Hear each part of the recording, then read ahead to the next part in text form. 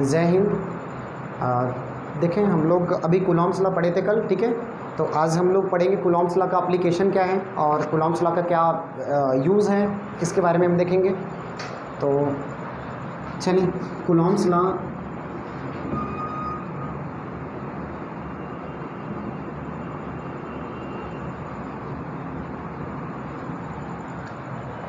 तो Coulomb's law F is equal to capital G Q1 Q2 upon में R²। Unit क्या होगा इसका? यूनिट क्या होगा यहाँ? न्यूटन। फोर्स है, any kind of force have the same unit, that is the Newton.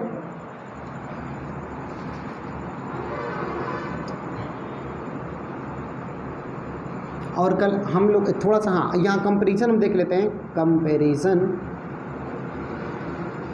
Between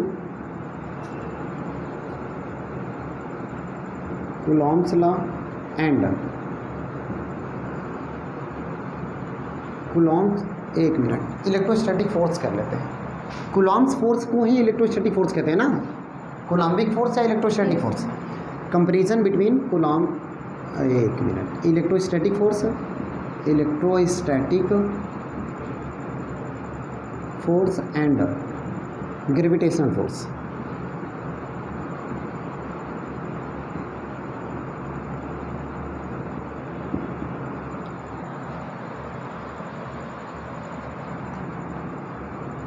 तो इलेक्ट्रोस्टैटिक को हम लोग क्या लिख दें? शॉर्टकट में लिख दें FE।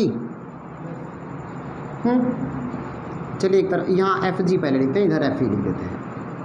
ये हो गया ग्रेविटेशनल फोर्स ऑफ अट्रैक्शन और ये हो गया electrostatic force of attraction. Okay, force of attraction and repulsion both can be ना। यहाँ पर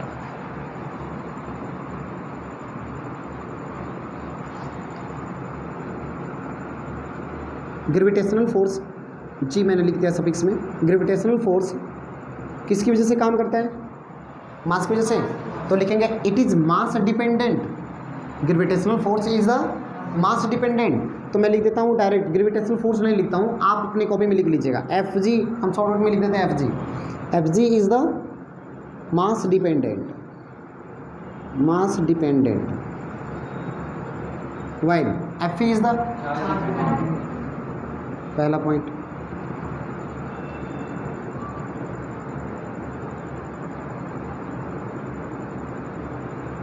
चार्ज डिपेंडेंट आप लिख लेंगे, while FE is the charge dependent. Okay, second, it can be only attractive in nature. ये FG क्या होता है? केवल अट्रैक्टिव इन नेचर। क्यों? क्योंकि मास केवल वन टाइप का होता है, that is the positive charge, positive mass. तो हम लिखेंगे it is only attractive in nature.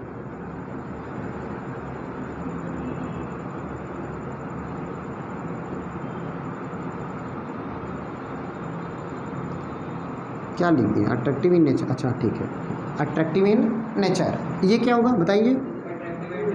हाँ, इट इज़ बोथ। हाँ, इट कैन बी बोथ।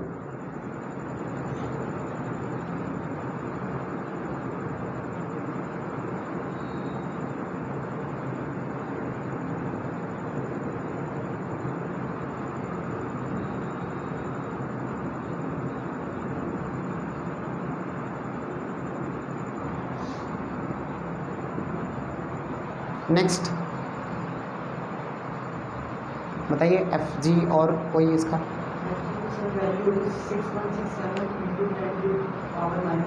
वो तो कैपिटल G है। नहीं, 9 10 पावर 9 तो K का है, तो कांस्टेंट का वैल्यू है ना वो, तो G एंड K का ना कांस्टेंट जो है उनका वैल्यू है ना वो। हम तो FG और FE की बात कर रहे हैं ना। अच्छा, तो FE क्या है? FG, ठीक है। FG is mass dependent, it is the only attractive in nature. Charge dependent होता है, it is can be both attractive as well as repulsive in nature. और बताइए FG क्या हो सकता है? FG का और कोई, इन दोनों में और डिफरेंस बताइए। डिसिमिलरिटी है और क्या? कंपैरिजन है, मतलब डिसिमिलरिटी है। अब सुने, मैंने अभी भी प्रैक्टिकली आपको बताया क्या? Gravitational force of attraction are weaker force in comparison to the electrostatic force of attraction, है ना।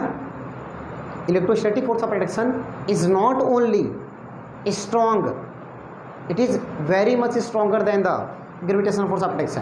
क्योंकि मैंने कहा जब आप बाल में अगर पेन को ही या फिर स्केल को रब करते हैं, रगड़ते हैं, तो छोटे छोटे डस्ट पार्टिकल्स को या टीनी वो कागज़ के जो पार्टिकल्स हैं उसको अपनी तरफ क्या कर लेता है, अट्रैक्ट कर लेता है। तो जब ये डस्ट पार्टिकल को अपनी तरफ अट्रैक्ट कर रहा है तो क्या उस समय डस्ट पार्टिकल ऊपर आ रहा है, तो क्या उस समय अर्थ उसको अपनी तरफ नहीं खींच रहा था, खींच रहा था। अब अर्थ इतना बड़ा, कितना बड़ा है, यू कांट इमेजिन, बनारस कितना बड़ा है, पहले तो यही देखिए, तो एक एरिया कितना बड़ा है ना। उसके बाद यूपी, उसके बाद India. India is the 7th largest country in the world, ठीक है। फर्स्ट पे कौन है? रशिया। Second Canada. थर्ड, हाँ good. Fourth USA, America. Fifth Brazil. Sixth Australia. Seventh India. Eighth Kazakhstan. Ninth Argentina. खैर छोड़िए इसको, यहाँ पर ठीक है। यहाँ देखें तो थर्ड क्या लिखें, बोलिए। ग्रेविटेशनल फोर्स ऑफ अट्रैक्शन क्या है? Weaker force comparison to the electrostatic force. या लिख सकते हैं it is a weak force of attraction ना। आपने कभी फील किया है, हम लोगों ने कभी फील किया कि अर्थ हमें अट्रैक्ट कर रहा है अपनी ओर? कभी फील किए हैं आप? नहीं ना। क्या इसका मतलब नहीं अट्रैक्ट करता? करता है। हाँ नहीं, सफिशिएंट क्यों नहीं है? सफिशिएंट तो ऐसे क्या, कितना तेज़ आप खींचना चाहते हैं कि वो सफिशिएंट नहीं है? हाँ नहीं, सफिशिएंट ना कहें आप। हाँ ये, हाँ ठीक है, फिर भी अगर कहना है तो ऐसे बोलिए तब पूरा, it is not sufficient to observable ना। ऑब्जर्वेबल के लिए सफिशिएंट नहीं है, हाँ इतना कह सकते हैं, गुड, अच्छा। लेकिन फिर भी हम लोग ऑब्जर्व करना चाहें तो कर सकते हैं इसको, ठीक है। बुक वगैरह हाथ पे लीजिएगा अगर, तो देखिए अभी पता चल जाएगा। रुकिए, अच्छा मैं अभी दिखाता हूँ। अगर कोई ऑब्जेक्ट यहाँ अर्थ पे है तो उसका वेट 60 kg है वेट, तो अगर वो मून पे जाएगा तो उसका वेट कितना हो जाएगा? उसका 6 टाइम्स कम हो जाता है, क्योंकि वहाँ पे ग्रेविटेशनल अट्रैक्शन जो है, ग्रेविटी जो है वो अर्थ के ग्रेविटी के कंपेरिजन में 1/6 टाइम्स है। तो कितना हो जाएगा? मार्कर दीजिएगा तो बेटा, यहाँ का जो वेट है या यहाँ का जो जी है, वेट इक्वल टू mg होता है क्या? अभी मैंने कहा कि अर्थ पे उसका वेट कितना था? 60 kg, तो w की जगह 60, तो 60 इक्वल टू mg, ठीक है। तो अगर हम कहें g का वैल्यू कितना है अर्थ के लिए, अर्थ के लिए g का वैल्यू कितना है? 9.8 या 10 लेते हैं। तो अगर g का वैल्यू 10 है तो m कितना हुआ? 60 अपॉन में 10 इधर ला दीजिएगा, ये हो गया m का वैल्यू कितना आया? 6 ना। इसका मतलब कि बॉडी का मास कितना है? 6 kg। इधर बॉडी का मास कितना है? 6 kg है। अभी हम वेट की बात नहीं कर रहे, वेट तो अर्थ पे कितना है? 60 kg, तो 6 × 10 तभी ना हुआ। तो यानी कि मास क्या है? Mass is the total amount of quantity of the substance. Mass is the total amount of the quantity जिससे कंटेंट इन द बॉडी। ये मार्कर है, प्लास्टिक के छोटे छोटे पार्टिकल से मिलकर बना हुआ है, तो सारे पार्टिकल्स जितने लगे हैं उन सबकी क्वांटिटी कितनी है, उसी को कहते हैं हम उसका मास। अब इसमें जी भी इंक्लूड कर दीजिएगा तो हो जाएगा वेट। तो अगर कोई बॉडी है 60 kg का है अगर अर्थ पे, तो वो उसका 1/6 टाइम्स हो जाएगा मून पे, weight on moon, weight on moon, ठीक है। तो कितना हो जाएगा? जितना यहाँ पर क्यों ऐसा अच्छा क्यों लिख रहे हैं हम? क्योंकि मून का जो जी है बेटा, मून का जो जी है वो अर्थ के जी का GM लिख देते हैं। गुड मॉर्निंग, गुड मॉर्निंग नहीं है, जी ऑफ मून, ठीक है ना। तो GM, तो gravitational acceleration of moon is the gravitational attraction of the earth, ठीक है। GE का 1/6 टाइम्स है। तो ज़रा बताइए GE कितना होता है? 10 होता है। 10 × 1/6 कितना आ गया? 10/6, सही है ना।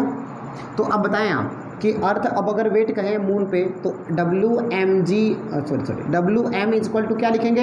M × GM, हाँ या ना बेटा? ये बताइए वेट इक्वल टू क्या होता है? फार्मूला mg होता है कि नहीं?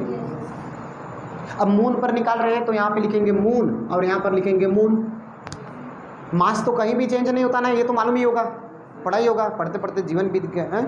मास is always constant at everywhere throughout the whole universe, पढ़ा है ना। मास चेंज नहीं होता, जी चेंज होता है, ठीक है। तो बताएं ऐसे ही अगर यहाँ, यही तो मैंने लिखा है यहाँ पे। अब बताएं आप,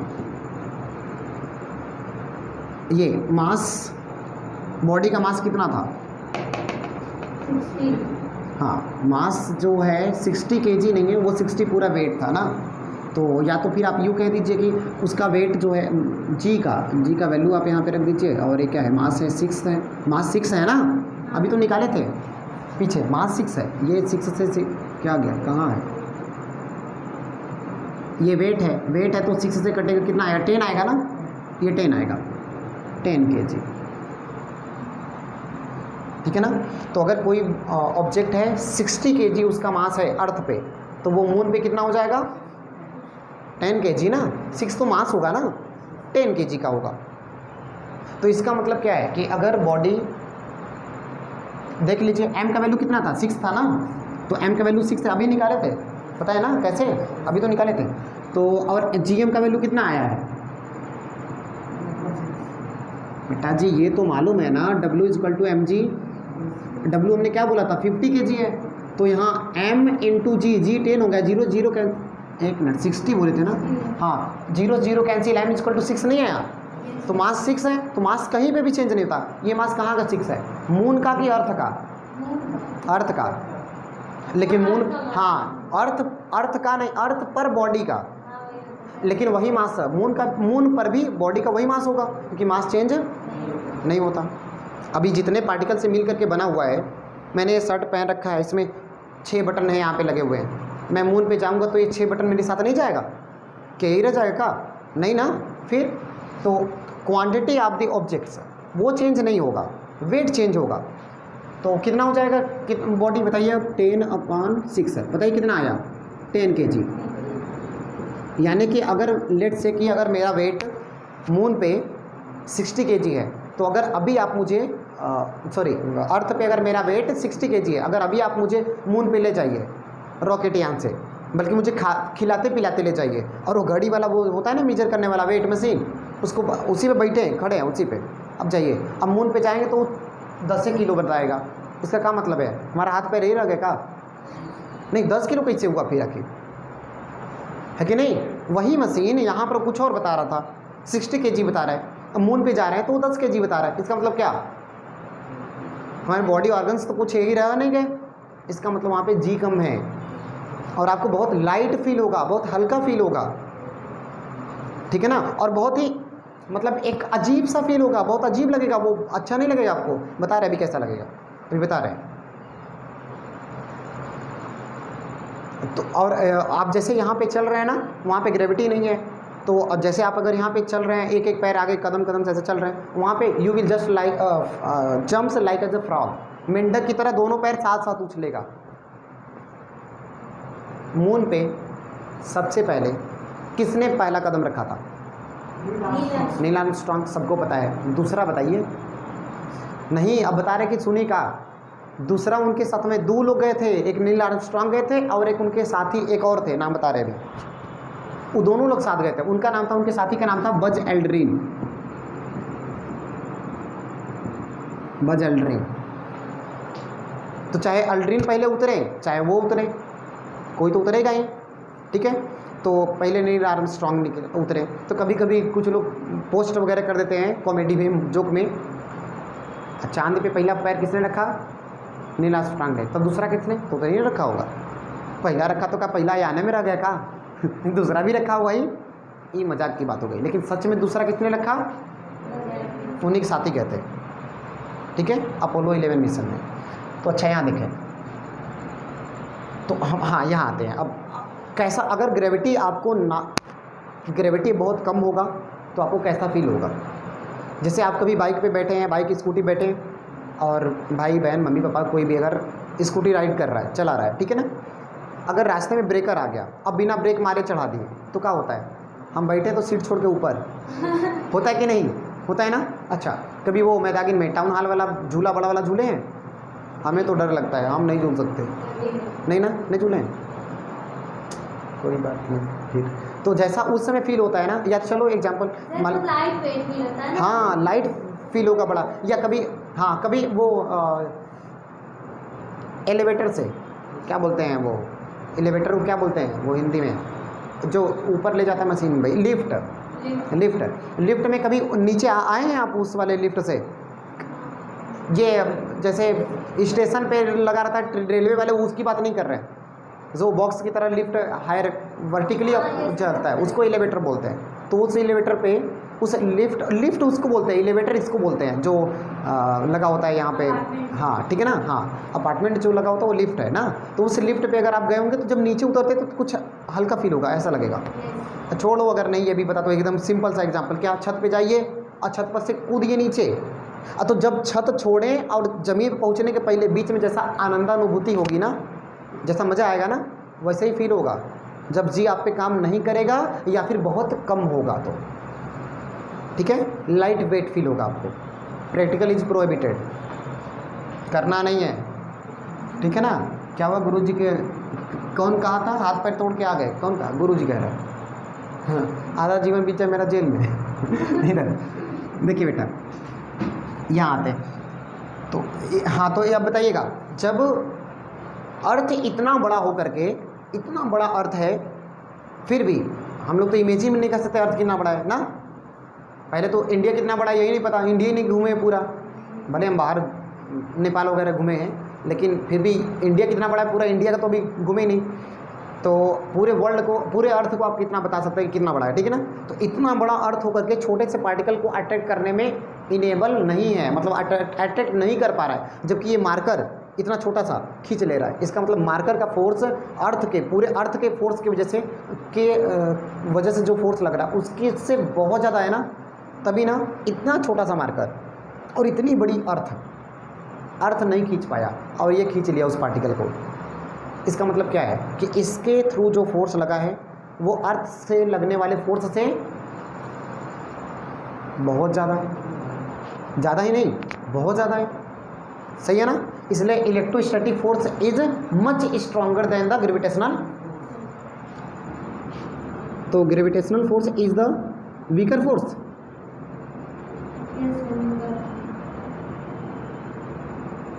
वीक फोर्स कह दीजिए अभी, weak force. While it is, बोलिए, it is, it is comparatively more stronger than the, हाँ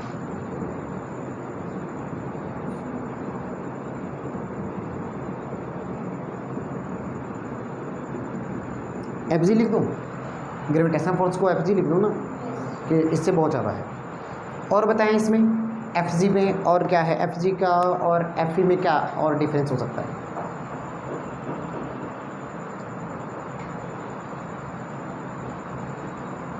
इधर ये वैक्यूम में भी काम करता है, और ये पता है इसकी वैल्यू हर जगह, वैक्यूम में तो दोनों काम करते हैं, ठीक है, मतलब जहाँ पे मीडियम ना हो, फ्री स्पेस में दोनों काम करते हैं। मतलब ये मीडियम चेंज होने से इस पर कोई फ़र्क नहीं पड़ता। आप ही बताइएगा, अगर इसको इतना तेज़ी से यहाँ से हम छोड़ें तो अर्थ जितना तेज़ खींच लिया, ठीक है ना। अगर बीच में हम कुछ रख दें तो क्या इसको छोड़ेंगे तो अर्थ नहीं खींचेगा का? तभी तो खींचेगा। ग्राउंड फ्लोर पे आप हैं, इसको छोड़ेंगे तो जितना तेज़ी से नीचे जा रहा है, अगर आप फर्स्ट फ्लोर सेकंड फ्लोर पे आ गए तो ग्राउंड और आप जहाँ हैं उसके बीच में ये फर्श आ गया ना, तो क्या ये नहीं खींचेगा उसको तेज़ी से? तभी तो खींचेगा। लीजिए देखिए, तभी तो खींच रहा है ना। तो gravitational force is not depend on the medium, it is medium independent. तो ग्रेविटेशनल फोर्स मीडियम पे depend, it does not depend on the medium.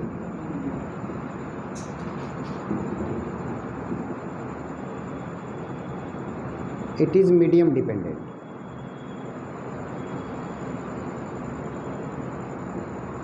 जबकि ये मीडियम पे डिपेंड करता है, ठीक है।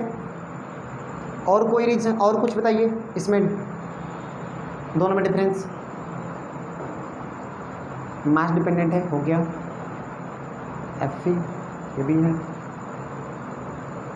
चलिए ठीक है, इतना लिख लीजिए आप लोग।